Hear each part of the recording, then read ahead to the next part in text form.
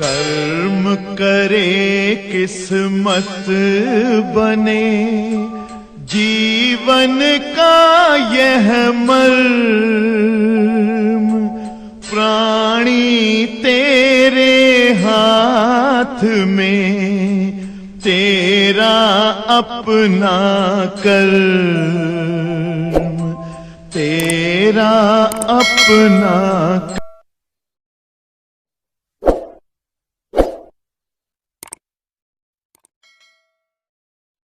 प्यारे बच्चों, हम लोग गति के समीकरण पढ़ रहे थे और आपने देखा गति के कुल 3 समीकरण आए स्क्वायर जी गति का। अच्छा, जो लोग क्लास ना ले पाया करो वो लोग वीडियो देख लिया करिए, रिपीट या रिवाइज हो जाएगा।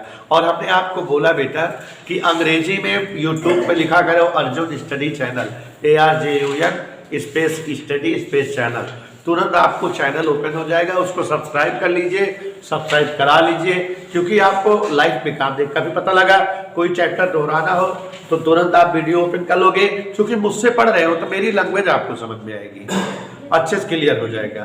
तो सब्सक्राइब जरूर कर लीजिए। हाँ, नया बनाया बेटा इसलिए सब्सक्राइब। हाँ, तो ध्यान दीजिएगा जरा। पुराना वाला भी चैनल है लेकिन उसकी वीडियो मिक्सअप हो गई है, समय नहीं पा रहे हैं, रोज एक एक दो वीडियो ढूंढ करके लेसन वाइज अलग करेंगे। हाय वो सब है, हाँ सब ढूंढ देंगे, एक एक ढूंढेंगे एक चैप्टर का। तो ध्यान दीजिएगा जरा। जैसा कि उनैसा जी जान रहे हो, गति के समीकरणों में पहला समीकरण स्क्वायर जी v बराबर u प्लस ए, दूसरा समीकरण बेटा s बराबर ut प्लस हाफ ए स्क्वायर, तीसरा समीकरण v स्क्वायर बराबर u स्क्वायर प्लस 2as। इसी के साथ एक विशेष समीकरण डिराइव किए थे। टीवें सेकंड में चली गई दूरी का व्यंजक u plus half a 2t minus 1। सूत्रों को याद रखिए क्योंकि बेटा एग्जाम में आपको काम देगा, सवाल लगाते समय काम देगा, न्यूमेरिकल इस पर डिपेंडेंट है। बच्चों, ये गति के जो समीकरण हैं इन्हें 2 और तरीकों से डिराइव किया जाता है। एक तरीका है डिफरेंशिएशन मेथड और एक इंटीग्रेशन, और दूसरा तरीका है ग्राफिकल विधि। ग्राफ विधि से गति के समीकरणों को सिद्ध करो और अवकलन या समाकलन विधि से गति के समीकरणों को सिद्ध करो। तो आज हम थोड़ा सा आपको अवकलन, थोड़ा सा समाकलन, बहुत ज्यादा नहीं बताएंगे, हम बस उतने बताएंगे जितना आपको रिक्वायर्ड है फिजिक्स में। बाय वाले बच्चे भी पढ़िए, ठीक है। तो देखो बच्चों, अवकलन,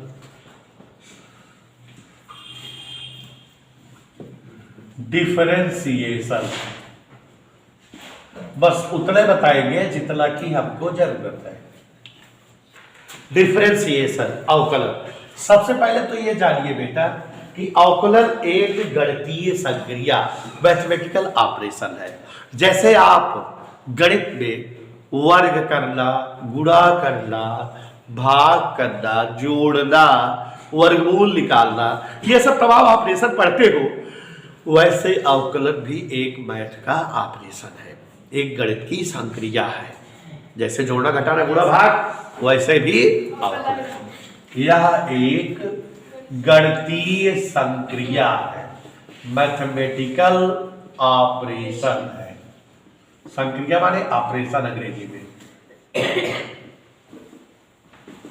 और बेटा गणित में जितनी भी संक्रियाएं होती हैं सबका कुछ ना कुछ स्पेशल चिन्ह बना होता है, उनसे हम उन्हें जानते हैं। जैसे आप जो है जोड़ना होता है तो प्लस का चिन्ह आपको सिखाया गया है, घटाना होता है माइनस का चिन्ह। अगर अंडर रूट बना रहे तो आप जान जाते हो कि यहाँ वर्गमूल निकालना है, क्यूब रूट का चिन्ह बना रहे तो आप जान जाते हो घनमूल निकालना है। माने आपको चिन्हों का डिस्क्रिप्शन रहता है, चिन्ह बताए जाते हैं और आप उन चिन्ह के द्वारा उनको जो है समझते हो कि हाँ ये करना है ना।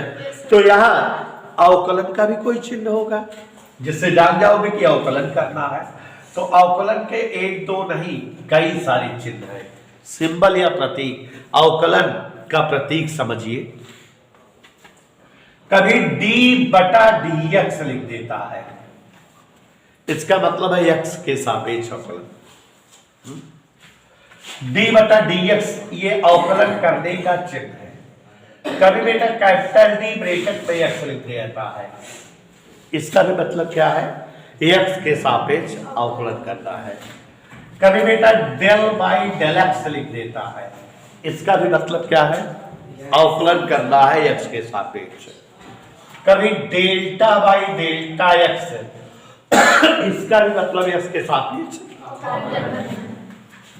कभी कभी बेटा जैसे एफ एक्स लिखा हो, माने फलन एक्स के सापेक्ष है, इस पर डैश लगा देता है, इसका भी मतलब एक्स के सापेक्ष अवकलन करना है। देखो भाई हम गणित वाले नहीं हैं, फिजिक्स वाले हैं, तो हम फिजिक्स कई चीज बताना चाहिए, लेकिन हम थोड़ा डीप में गणितीय बता दे रहे हैं। ऐसा जी, चाहे डी बटा डी एक्स लिखा रहे, चाहे डी एक्स लिखा रहे, चाहे डेल बाई डेल एक्स, चाहे डेल्टा बाई डेल्टा एक्स, चाहे डी एक्स, या कभी कभी कुछ लोग शॉर्टकट में केवल डी एक्स लिख देते हैं, जैसे कैपिटल डी बजाय स्मॉल डी। सबका मतलब है एक्स के सापेक्ष अवकलन है। क्या ये, अगर दो संख्याओं का कोई संबंध हो कि एक संख्या में थोड़ा सा परिवर्तन करें, दूसरी संख्या में बहुत ज्यादा परिवर्तन हो जाए, तो उसे हम जो है एक संख्या का अवकलन कहते हैं। माने जैसे कहीं लिखा हो y बराबर x घाते 4 लिखा है, अगर x बराबर 1 रखे तो y बराबर क्या आएगा, 1। x 1 रखे तो y क्या आएगा, लेकिन अगर x में थोड़ा सा परिवर्तन कर दे, 1 के बजाय 2 लिख दे, तो y बराबर 2 की घाते 4 कितना हो जाएगा, 16।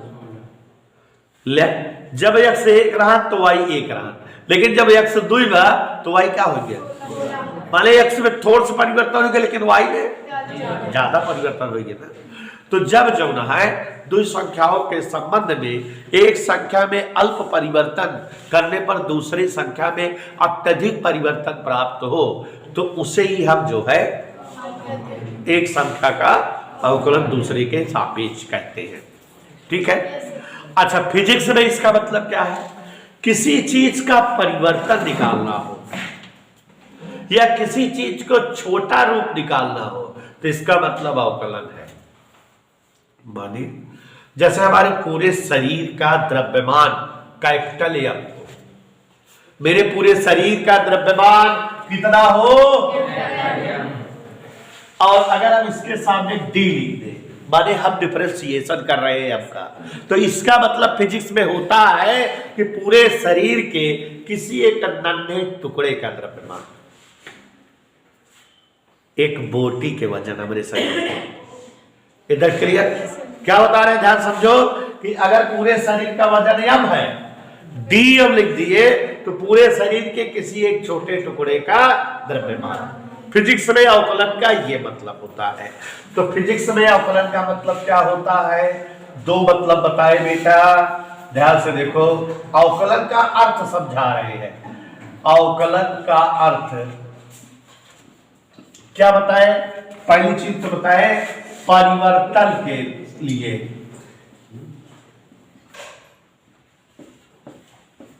जैसे कहा जाए किसी वस्तु का वेग v है, तो वेग का परिवर्तन माने dv, मतलब अवकलन। ठीक है। तो अगर कहीं परिवर्तन निकालना है तो माने उसका अवकलन करना है। दूसरा, अल्पतम मान निकालने के लिए, कौन सा मान बेटा, अभी बताए कि पूरे शरीर का वजन कितना है, तो किसी एक छोटे टुकड़े का वजन माने अवकलन है ना।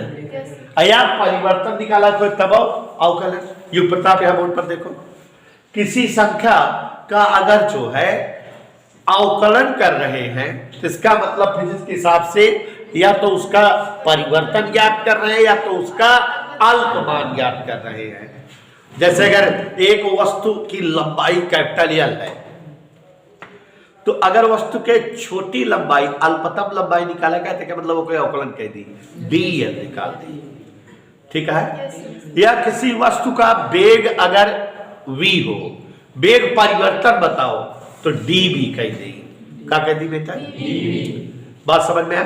तो जब हमका अल्पतम मान निकाले के रहे या जब हमका परिवर्तन ज्ञात करे के रहे, तो हम क्या करबे, अवकलन। माने जहां हमका अल्पतम मान निकाले के रहे फिजिक्स में, जहां हमका परिवर्तन ज्ञात करे के रही, वही हमका जरूरत पड़े अवकलन के। अब अवकलन के चिन्ह जान गया, अवकलन का वा जान गया, करा कैसे जाता है? अवकलन ज्ञात कैसे करते हैं?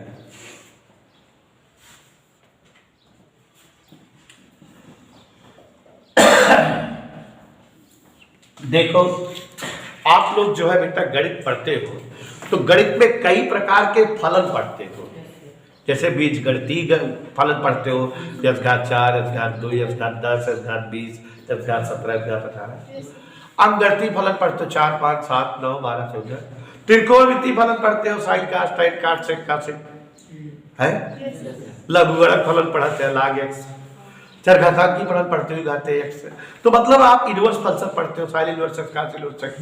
कई प्रकार के फलन आपने पढ़ा है, कई प्रकार के फलन आप पढ़ते हो, आपको पढ़ाया जाता है कई प्रकार के फलन। तो बच्चों जितने प्रकार के फलन होते हैं सबका अवकलन निकालने का तरीका होता है, सूत्र होता है, सिस्टम होता है। लेकिन हमारी फिजिक्स में जितना जरूरत है मैं उतना बताऊंगा। बीजगणितीय फलन का अवकलन, अंकगणितीय फलन का अवकलन और एक आध दो का और बता दे रहे, बाकी हमको जरूरत नहीं है। तो इधर देखिए अवकलन, सबसे पहले आपको मैं बीजगणितीय फलन का अवकलन बताऊं। जैसे अगर dy dx लिखा हो तो इसका मतलब x के सापेक्ष अवकलन करेंगे और कहा जाए x की घात n का अवकलन करिए। किसका अवकलन करिए? तो जब x की घात n का अवकलन x के सापेक्ष करना होता है तो तरीका याद कर लीजिए बाय वाले बच्चों भी, ये जो घात होती है उसको पहले लिख दिया जाता है, उसके बाद जिस पर घात लगी है उसको एक कम कर दिया जाता है, उत्तर हो गया। मतलब अगर कहीं लिखा है x की घात 8, कहे इसका अवकलन करो तो सबसे पहले क्या लिख दे, उसके बाद एक घात घटा दे। हाँ जी, उत्तर आ गया। समझ में आ गया अवकलन की नहीं? कर लोगे? फिर से एक बार, जैसे अगर कहा जाए x घात 10 का अवकलन करो, बताओ क्या होगा? x घात 10 का अवकलन बोलो। 10 घात -9। आप बताओ। सर 9 होगा। ये क्या है? पूरा बोलो कि 9 होगा?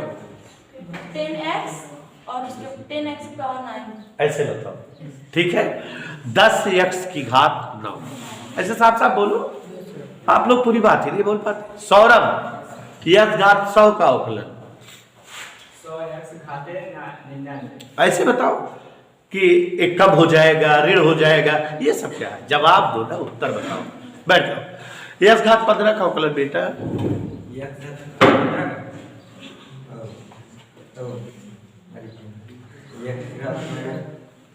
तुम बताओ। 15 पावर 14। बस सिंपल, घात पहले बोल दो फिर ऊपर घाते कब कर दो, आंसर आ गया। क्या कठिन है? उसके बाद बच्चों ऐसे ध्यान दो, अगर कभी x के सापेक्ष x का ही अवकलन पूछ ले तो इसको याद रखिए 1 होता है, dx से dx कट गया 1। और अगर कभी x के सापेक्ष किसी गिनती का अवकलन पूछे, जैसे कहते 100 का अवकलन बताओ, 500 बताओ, किसी गिनती का अवकलन, जेब x लड़ रहा है तो जान ले उसके बाद 0। जब x नहीं रहेगा तो अवकलन क्या आ जाएगा? 0। ऐसे ही जान लो कि log x का अवकलन अगर कहे log x का तो 1/x, सूत्र ही तो बता रहा हूं ऐसा। और जो है sin x का अवकलन कहे तो cos x, और cos x का अवकलन कहे तो -sin। हमको बाकी और शब्दों के अवकलन की जरूरत नहीं है, इतना ही जरूरत है अवकलन की। लेकिन अगर कहीं कोई और टॉपिक यूज होगा, पूछा जाएगा तो हम बता देंगे। इधर ओके, उसको समझा देंगे जहां आएगा। इतना पहले का। प्यारे बच्चों, गणित एक वीआईपी सब्जेक्ट है, इंटरेस्टिंग सब्जेक्ट है, जिसमें हर संक्रियाओं की वाइस वर्सा संक्रिया, रिवर्सिबल संक्रिया या उल्टी संक्रियाएं होती हैं। जैसे 3 में 2 से गुणा करो 3 दूनी 6, 6 में अगर 2 से भाग दे दो 3, पता लग जाता है कि 2 में किससे गुणा करने पर 6 आया, माने गुणा का उल्टा भाग और भाग का उल्टा गुणा। माने भाई विश्वा ये दोनों रिवर्सिबल प्रक्रियाएं हैं पगली, एक दूसरे की उल्टा सिस्टम है। जैसे 4 का वर्ग करो तो 16, 16 का वर्गमूल निकालो 4 आ जाता है, माने वर्ग का उल्टा वर्गमूल, वर्गमूल का उल्टा। वैसे ही स्क्वायर जी यहां जैसे आपने पढ़ा भी अवकलन, अवकलन की उल्टी प्रक्रिया रिवर्सिबल प्रक्रिया समाकलन होती है। जैसे आप किसी संख्या का अवकलन करोगे, अभी x घाते 3 का अवकलन बताया 3x², तो 3x² का समाकलन कर दो तो x³ आ जाएगा, मतलब अवकलन की उल्टी प्रक्रिया समाकलन। हम बेटा फिजिक्स के स्टाइल में बता रहे हैं समाकलन, इसका प्रयोग हमारी फिजिक्स में ज्यादा ही होता है, इंटीग्रेशन। और प्यारे बच्चों इंटीग्रेशन कब जो है यह भी एक जो है क्या है, गणितीय संक्रिया है, अवकलन का व्युत्क्रम।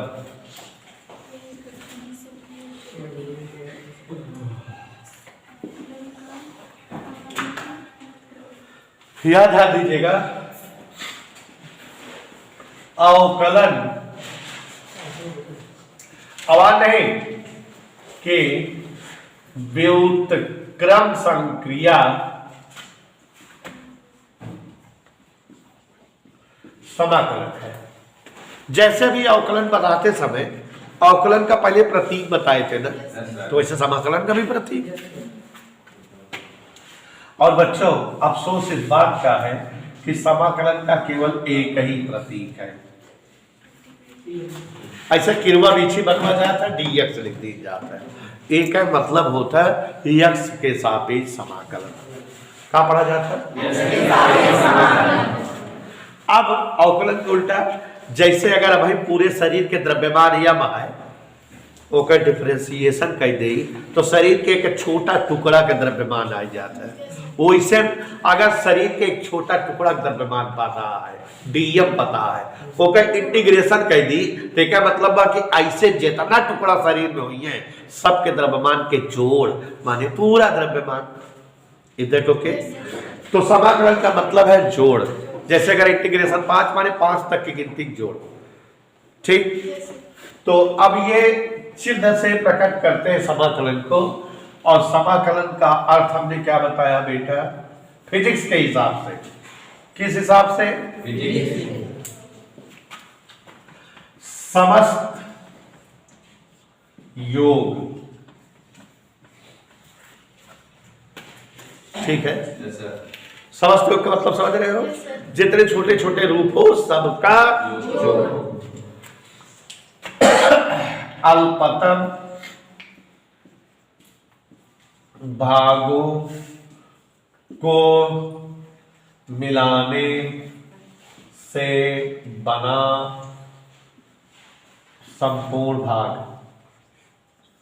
समझ में आया बेटा? छोटे छोटे भागों को मिला दे तो जो बड़ा भाग मिल जाए उसी को हम जो है, इधर टोके, इधर टोके। अब समाकलन करते कैसे हैं, इसको ज्यादा सीखिए क्योंकि गणित के समीकरण इससे डिराइव होंगे। क्या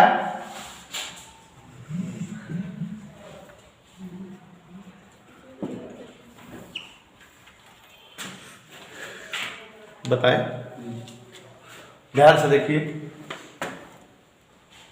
बताएं न बताएं कैसे ज्ञात करते हैं। जैसे लिखा हो x घाते n dx, भूलना नहीं, अवकलन वाला तरीका मत लगाना। स्क्वायर पूछो इसका तरीका क्या है, पूछो। हाँ ऐसे। तो जब समाकलन करना हो तो जिसका समाकलन करना होता है उसकी घात एक बढ़ा देते युग प्रसाद, युग चुट्टा। अगर x घाते n है, एक समाकलन करे कहा है तो घात जितनी बार ऊपर एक बढ़ाए जाए, अब नीचे वही बड़ी घात से भाग देकर, नहीं समझे हो जैसा? जैसे कि कहा जाए समाकलन करा, और समाकलन जब हो जाए तो इंटीग्रेशन और डीएक्स हट जाता है। काहे ई तो दुइलो लगा रहे, ई बतावे भी लेके समाकलन करे का है, समाकलन के चिल्ल रहे भाग जाते ये साथे पास समाकलन करे तो आदिलियो जौन घाट पाओ का बढ़ाए दी। अरे बोले भाई बच्चे छे कोई बोलेगा नहीं। ताहरी सबरिल की दीदी यस घाट 10 का समाकलन बताओ। यस घाट 11/11। Good, talented, excellent. तो ऐसे ही 22 यस घाट 20 के समाकलन।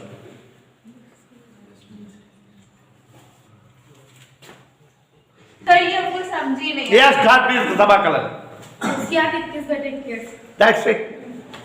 How easy and how funny.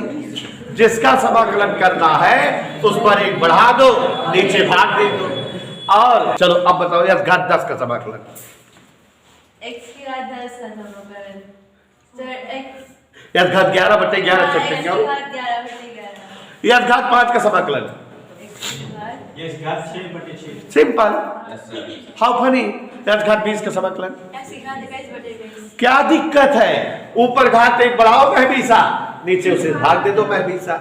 तो यहाँ यस घात 1 का समाकलन यस घात n+1/n+1 सेनल है कि नहीं? आ जाएगा ना स्क्वायर। तो अब यहाँ पर देखो जरा कुछ और विशेष, जैसे मुनेसा 1/x का समाकलन याद रखो log x। क्यों? क्योंकि log x का अवकलन 1/x था, याद आया? और अगर 1 का समाकलन करना है, याद कर लो इसको, तो x सापेक्ष रहे तो x, p सापेक्ष रहे p, d सापेक्ष रहे d। वन इंटीग्रेशन और d हट गया तो x हो गया, याद रहेगा। और अगर जो है गौर फरमाओ कोई गिनती है इसका समाकलन, तो गिनती बेचारी लिख ही रहा था, बाकी ये क्या हुआ 1 के समाकलन का बताए। ठीक है, कुछ विशेष है का देखत रहा, टेक्निकल है। और देखा इधर कब लिमिट लगाए रहा था a से b, ये अपर लिमिट या लोअर लिमिट, सवाल ऐसे दे ही रहेगा। तो एक का समाकलन करे, मान लो कैपिटल एफ आएंगे, कब आएंगे? और लिमिट का लगेगा, तो उन्हें लिमिट हल करे तरीका सबका। एक दार सवाल में अपर लिमिट रख दिया है x की जगह, जहां x को क्या लिख दे? माइनस लगाया, एक जगह लोअर लिमिट लिख दिया है, उत्तर आई गया। लिमिट हल करे तरीका यार। दूसरी बकवास जान ले, साइन x के समाकलन जान ले जब जो पढ़ेगा कब हो, cos x के समाकलन जान ले साइन x के समाकलन माइनस cos x और cos x के हम जब बताओ वो हुए। तो इस तरह से समाकलन करने का तरीका सीख गए। ये इतना आपको रटा रहे, यस घात n का समाकलन स्क्वायर यस घात n+1/n+1, 1/s का समाकलन 1 का समाकलन c का समाकलन